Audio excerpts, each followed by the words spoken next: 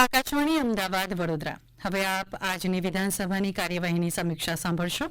લેખક છે ઇમ્તિયાઝ ઉજ્જૈનવાલા. ગુજરાત વિધાનસભાના 3 દિવસના ચોમાસુ સત્રનો આજે બપોરે 12 વાગ્યે પ્રારંભ થયો હતો. સૌપ્રથમ ટૂંકી મુદતના પ્રશ્નો ઉપર ચર્ચા થઈ હતી, જેમાં પ્રધાનમંત્રી શહેરી આવાસ યોજના દ્વારા આવાસો પૂર્ણ કરવા બાબતે ગુજરાતના ખેડૂતોને પૂરતા પ્રમાણમાં ખાતર મળવા સંદર્ભે બનાસકાંઠા જિલ્લામાં પાયલોટ પ્રોજેક્ટ અંતર્ગત દૂધ સહકારી મંડળોના ખાતા, બનાસકાંઠા અને પાટણ જિલ્લામાં વિદેશમાં રહી પગાર મેળવતા શિક્ષકોનો મામલો તેમજ ગુજરાતમાં ચાંદીપુરા વાયરસમાં બાળકોના મોતને લઈ પૂછાયેલા પ્રશ્નો ઉપર ચર્ચા હાથ ધરવામાં આવી હતી. ટૂંકી મુદતના પ્રશ્નો બાદ ગુજરાતના પૂર્વ રાજ્યપાલ સ્વર્ગસ્થ ડોક્ટર કમલા બેનીવાલ, ગુજરાતના પૂર્વ રાજ્યકક્ષાના મંત્રી સ્વર્ગસ્થ બિપિનભાઈ શાહ, અન્ય પૂર્વ ધારાસભ્યોના અવસાન અંગે શોકદર્શક ઉલ્લેખો કરાયા હતા. ત્યારબાદ નિયમ 116 અંતર્ગત ધારાસભ્ય ડોક્ટર મહેન્દ્ર પાડેલિયાએ તાકીદની જાહેર અગત્યની બાબત પર વિધાનસભા ગૃહનું ધ્યાન દોર્યું હતું, જેમાં તાજેતરના ભારે વરસાદના કારણે સૌરાષ્ટ્રના કેટલાક જિલ્લાઓમાં ખેતી પાકને નુકસાન થયા અંગેનો મુદ્દો ઉપસ્થિત કરાયો હતો. ભારે વરસાદના કારણે જૂનાગઢ, દેવભૂમિ દ્વારકા, પોરબંદર, રાજકોટ વગેરે જિલ્લાઓમાં કપાસ અને મગફળીના પાકને વ્યાપક નુકસાન થયું છે. આ સ્થિતિમાં સર્વેની કામગીરી તાત્કાલિક હાથ પર લઈ અસરગ્રસ્ત ખેડૂતોને વળતર ચૂકવવા રાજ્ય સરકારે લીધેલા પગલાં અંગે જવાબ માંગ્યો હતો.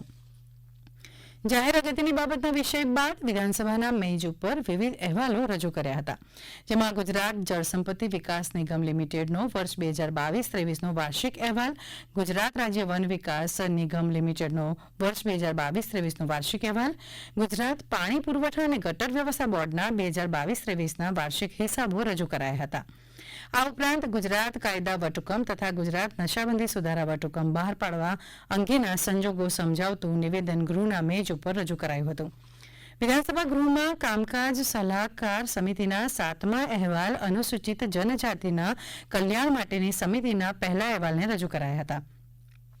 તાજેતરમાં દેશમાં લોકસભાની સામાન્ય ચૂંટણીઓ સંપન્ન થઈ, જેમાં નરેન્દ્ર મોદીને ભારતના પ્રધાનમંત્રી તરીકે ત્રીજી વખત જનતાએ સુકાન સોંપ્યું છે, જે ગુજરાતના પ્રત્યેક નાગરિક માટે ગૌરવ અને આનંદનો વિષય છે.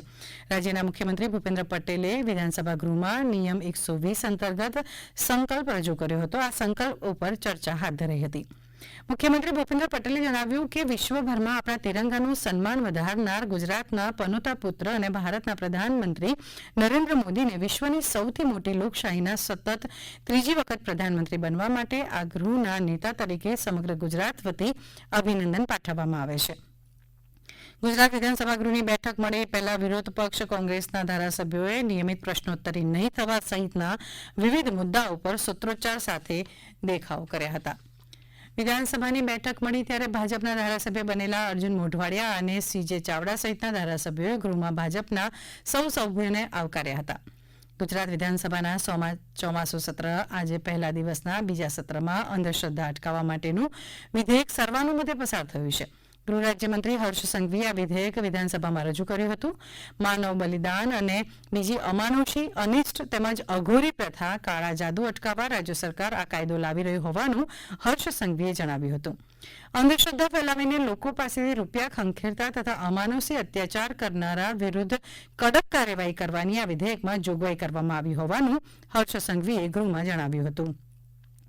રાજ્યમાં પ્રધાનમંત્રી આવાસ યોજનાના લાભાર્થી અંગેની સ્થિતિના પ્રત્યુત્તરમાં શહેરી વિકાસ વિભાગ વતી મંત્રી ઋષિકેશ પટેલે જણાવ્યું હતું કે રાજ્યમાં છેલ્લા 2 વર્ષમાં 55,575 આવાસો પ્રધાનમંત્રી આવાસ શહેરી યોજના હેઠળ પૂર્ણ કરાયા છે, જેમાં 1,952 કરોડ રૂપિયાની સહાય રાજ્ય સરકારે ચૂકવી છે, જેમાં લાભાર્થીઓની વાર્ષિક આવક 3 લાખ રૂપિયાથી ઓછી હોવી જોઈએ, જેમાં શહેરી વિસ્તારમાં આવાસ માટે કેન્દ્ર સરકાર દ્વારા 1,50,000 અને રાજ્ય સરકાર 2 લાખ રૂપિયા મળી કુલ 3,50,000 રૂપિયાની સહાય 3 તબક્કામાં ડીબીટીના માધ્યમથી સીધા લાભાર્થીઓના ખાતામાં જમા કરવામાં આવે છે. રાજ્યમાં 9,78,000 જેટલા આવાસો મંજૂર કર્યા છે, તે પૈકી 8,63,000 આવાસો પૂર્ણ કર્યા છે, જેમાં ક્રેડિટ લિંક સબસિડી ઘટક હેઠળ 6,13,000 કરતાં વધુ લાભાર્થીઓને પ્રથમ આવાસ પર લીધેલી લોન પર વ્યાજ સહાયનો લાભ મળ્યો છે. ટૂંકી મુદતના પ્રશ્નની ચર્ચા વખતે વિધાનસભા કોંગ્રેસ પક્ષના નેતા અમિત ચાવડાએ શહેરી અને ગ્રામ્ય વિસ્તારમાં એક સરખી નાણાકીય સહાય મળે તે માટે રજૂઆત કરી હતી. રાજ્યમાં ખાતરની ઉપલબ્ધતા અંગે પૂછાયેલા પ્રશ્નોનો જવાબ આપતા કૃષિ મંત્રી રાઘવજી પટેલે જણાવ્યું કે રાજ્યમાં ખાતરનો પૂરતો જથ્થો ઉપલબ્ધ છે. રાજ્યમાં ક્યાંય પણ ખાતરની અછત ન સર્જાય તે માટે કેન્દ્ર સરકારે ગુજરાતને માંગણી કરતાં વધુ ખાતરનો જથ્થો પૂરો પાડ્યો છે. છેલ્લા એક વર્ષમાં ભારત સરકાર સમક્ષ યુરિયા, ડીએપી અને અન્ય ખાતર મળીને કુલ 59,82,000 મેટ્રિક ટન જથ્થાની માંગણી કરી હતી, જેની સામે ગુજરાતને માંગણી કરતાં વધુ આશરે 62,60,000 મેટ્રિક ટન જથ્થો ફાળવવામાં આવ્યો છે. કૃષિમંત્રીએ જવાબમાં કહ્યું કે યુરિયા ખાતર સાથે અન્ય વસ્તુઓ ખરીદવાની કોઈપણ પ્રકારની ફરજ પાડવામાં ન આવે તે માટે રાસાયણિક ખાતર વિક્રેતાના વેચાણ કેન્દ્રો પર સતત તકેદારી રાખવામાં આવી રહી છે.